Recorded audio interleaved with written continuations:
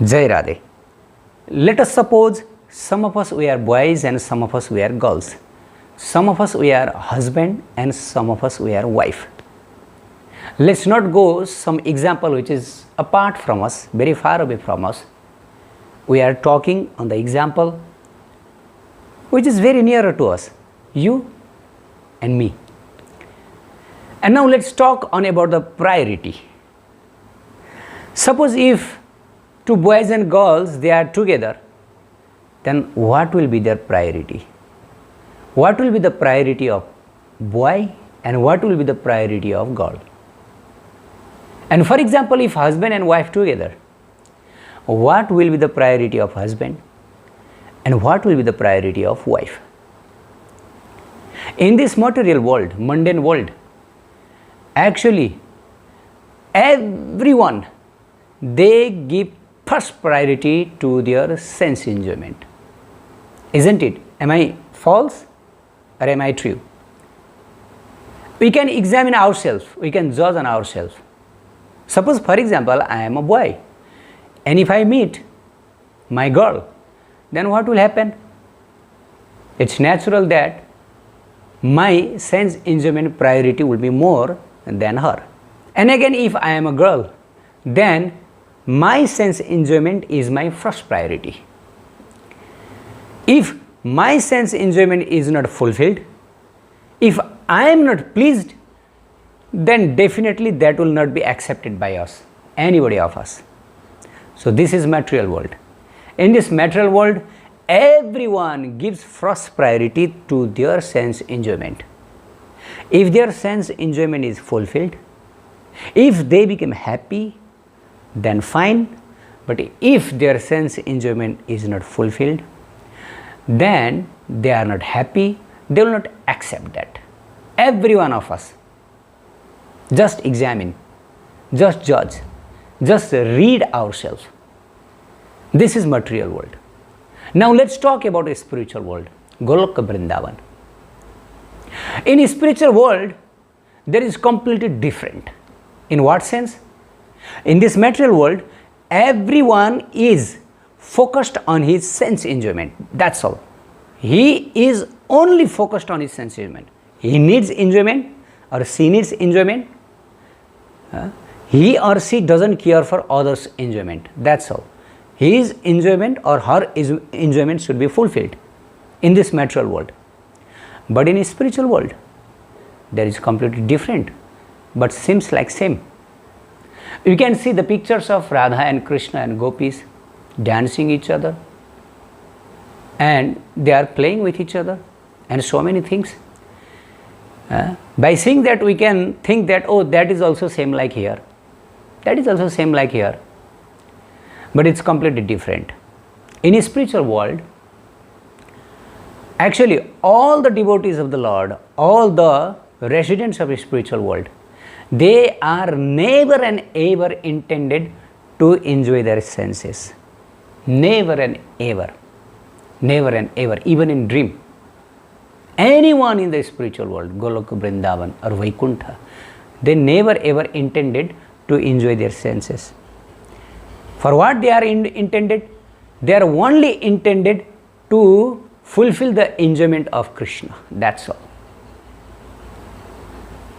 Radharani is always worried how I can provide enjoyment to Krishna, how I can fulfill his enjoyment. So therefore, when Radharani is going for Abhishar, meeting with Krishna in Kunjas, externally it seems like, oh, Radharani is also intended to enjoy her senses, isn't it? And gopis also intended to enjoy their senses. But it's not like that in material world. It's completely different. So we need very transcendental vision to understand this. So in Chaitanya Charitamrita it is said clearly, please try to understand. Atmendriya priti ichha tarabalikam krishnendriya priti ichha dhare premanam kamera tatparya nija sambhoga kevala krishna sukha tatparya prema mahabala. Adilila 4.165. Atmendriya priti ichha tare balikam. Yes. Krishnendriya priti ichha dhare premanam. This is the difference between spiritual world and material world, mundane world. In mundane world, every activities is based on, every activities are based on kama. Kama means what? Kama means my sense enjoyment, my happiness. If I will get my enjoyment, if I will get my happiness, then okay. But if I don't get my happiness, if I don't fulfill my satisfaction from you, my dear wife, or from you, my dear husband, then you are no more. Okay, you are no more. I don't accept you. So this is the nature of material world. Actually, this is kama. Kama means always intended to satisfy our senses. We can see in the world, we can see. Not only in the relationship between husband and wife, or in relationship between boys and girls, we can see, we can take each and every example. Suppose, for example, there is a shopkeeper and a customer. A customer will go to the shopkeeper, and shopkeeper will show so many varieties of goods. And finally, when the customer would say, okay, thank you so much for your endeavor, showing me so many things. This time I am not in the mood of buying this. Maybe next time, if you will leave, then that shopkeeper will become very sad, you see. Very sad. Why? Because he wasted his time, isn't it? Everywhere, you take something, but you don't give something. Like you take something from shopkeeper and you don't give money, then there will be fighting. There will be fighting. If you give money, then fine, it's okay, fine, because he is satisfied. He is satisfied. Can you try? You go to some shopkeeper, you ask some good, you ask some fruits or vegetable, and you don't give money. What will happen? While you are going to the shopkeeper shop, that shopkeeper will welcome you. So, oh, my God came. My God came. Customer is a God. He will welcome you like anything. He even provide you Pepsi. Oh, sir, would you like to take Pepsi? So nice hospitality, so nice welcoming, so cheerful greetings actually in the beginning, right? But when you are not in the mood of buying anything, then what will happen next? You will immediately become angry. You will immediately become sad. So this is the love of this world. Actually, there is no love. This is kama. But in spiritual world, different, completely different, opposite. In spiritual world, all the devotees are focused how I can satisfy Krishna's senses, how I can provide Krishna's enjoyment. The topmost is Srimati Radharani. She is the topmost source of enjoyment for Krishna. So therefore we can see Krishna is always being controlled by Radharani. Always being controlled by Radharani. Krishna is always under Radharani. So in Shruti it is said, Bhakti Vasha Purushaha. Actually, through bhakti and love, Purush, Lord, can be under your control. Yes, there is no other way. And Radharani has that full love and full bhakti for Krishna, by which she can take Krishna under her control fully, 100%. Okay. But it seems like we can see the pictures, Radharani is crying sometime. Radharani is becoming angry with Krishna. Oh, you get lost from here, my Kunja. You never show me your face, this and that. And what is this? What is this? To become angry with Krishna is also because Krishna will become sad. Some of you may have this question. No, actually. Even if Radharani became angry with Krishna, that anger is for Krishna's satisfaction. Because Radharani always aware that what Krishna needs. Sometimes Krishna wanted to see Radharani's angry face. So therefore, Radharani fulfilled the desire of Krishna. She became angry, but not for her satisfaction. It's not that she is thinking, oh Krishna, hurt me, so I have to become angry. Not like that. Actually, in a spiritual world, Radharani, devotees of Krishna's, they are ready to face anything and everything for Krishna's satisfaction. If there will be pain in something for Radharani, but that gives pleasure to Krishna, then Radharani would happily accept that, because this thing will give pleasure to Krishna. That's all. Radharani never and ever thinks that, oh, this thing gives pleasure to me. No, never. Neither Manjaris. No one. Even Mother Yashoda, Nanda Baba, no one. Okay. Now question comes. Oh, that's right, we understood. In this world there is karma. There is karma. There is no love. That means everyone are focused on their own sense enjoyment. Every one of us. Okay, we understood this. We understood. We can see in the regular dealings in the world also. And in the spiritual world there is love. There is prema. Oh, we also understood this. Okay, this is prema. Always focused in, inclined in satisfying Krishna's senses.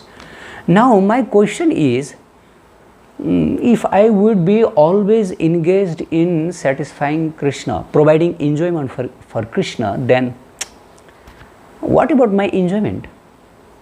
I also need enjoyment, because I have heard that Satchid Ananda. In a spiritual world there is Satchid Ananda. There is also Ananda. And where is my Ananda? Okay. Where is my Ananda? We may ask this question. I also need Ananda. It's not that I can always become instrument for Krishna's Ananda. Maybe, okay, I will become Krishna's Ananda forever, but what about my Ananda? So, to remove this doubt, it is said in scripture that living entities are created by Krishna in such a way, jivas are created by Krishna in such a way that their enjoyment is based on Krishna's enjoyment. This is the fact. The more Krishna become happy, the more their happiness will increase. This is the fact. The more Krishna becomes happy by their service, the more the jivas become happy. Because they are created by Krishna in such a physics, in such a model. Suppose, for example, in Shastra, the example of a stomach is given. There are the senses. We have so many senses: eyes, nose, ear, tongue and skin. Once all these senses gather together and they made a plan. Now this stomach is sitting downward and eating whatever we are sending to him, we are giving to him, and he is not working at all. We are going to field, we are collecting money, we are sweating so much. And this foolish stomach doing nothing, staying there and enjoying whatever we are providing. Oh, my friends, let's do one thing. We will not work from today. We will not supply anything to this stomach. This stomach is selfish. Because he is not working, we are working, and this stomach is not working and he is eating every day. Now let's stop working. And they halted all their working. Eyes stopped seeing, nose stopped smelling, and ears stopped hearing, and hands, legs, everything stopped doing their work. And next what happened? 1 day, 2 days, 3 days, 4 days passed. All the senses started becoming weak.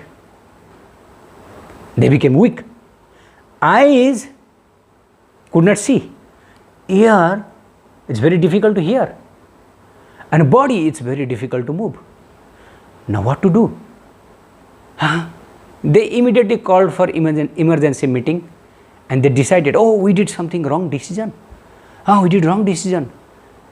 Actually, we can become strong, we can become happy by supplying food to this stomach.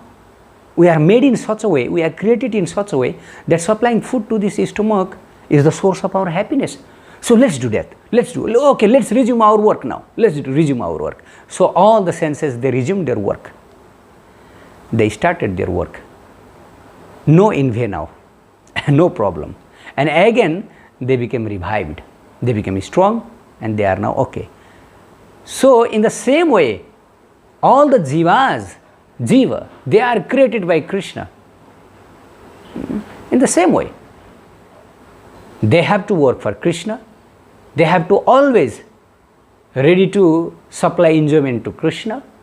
And then If Krishna will be happy, then their happiness will be increasing. But if Krishna will not be happy by them, then their enjoyment, their happiness will be decreasing.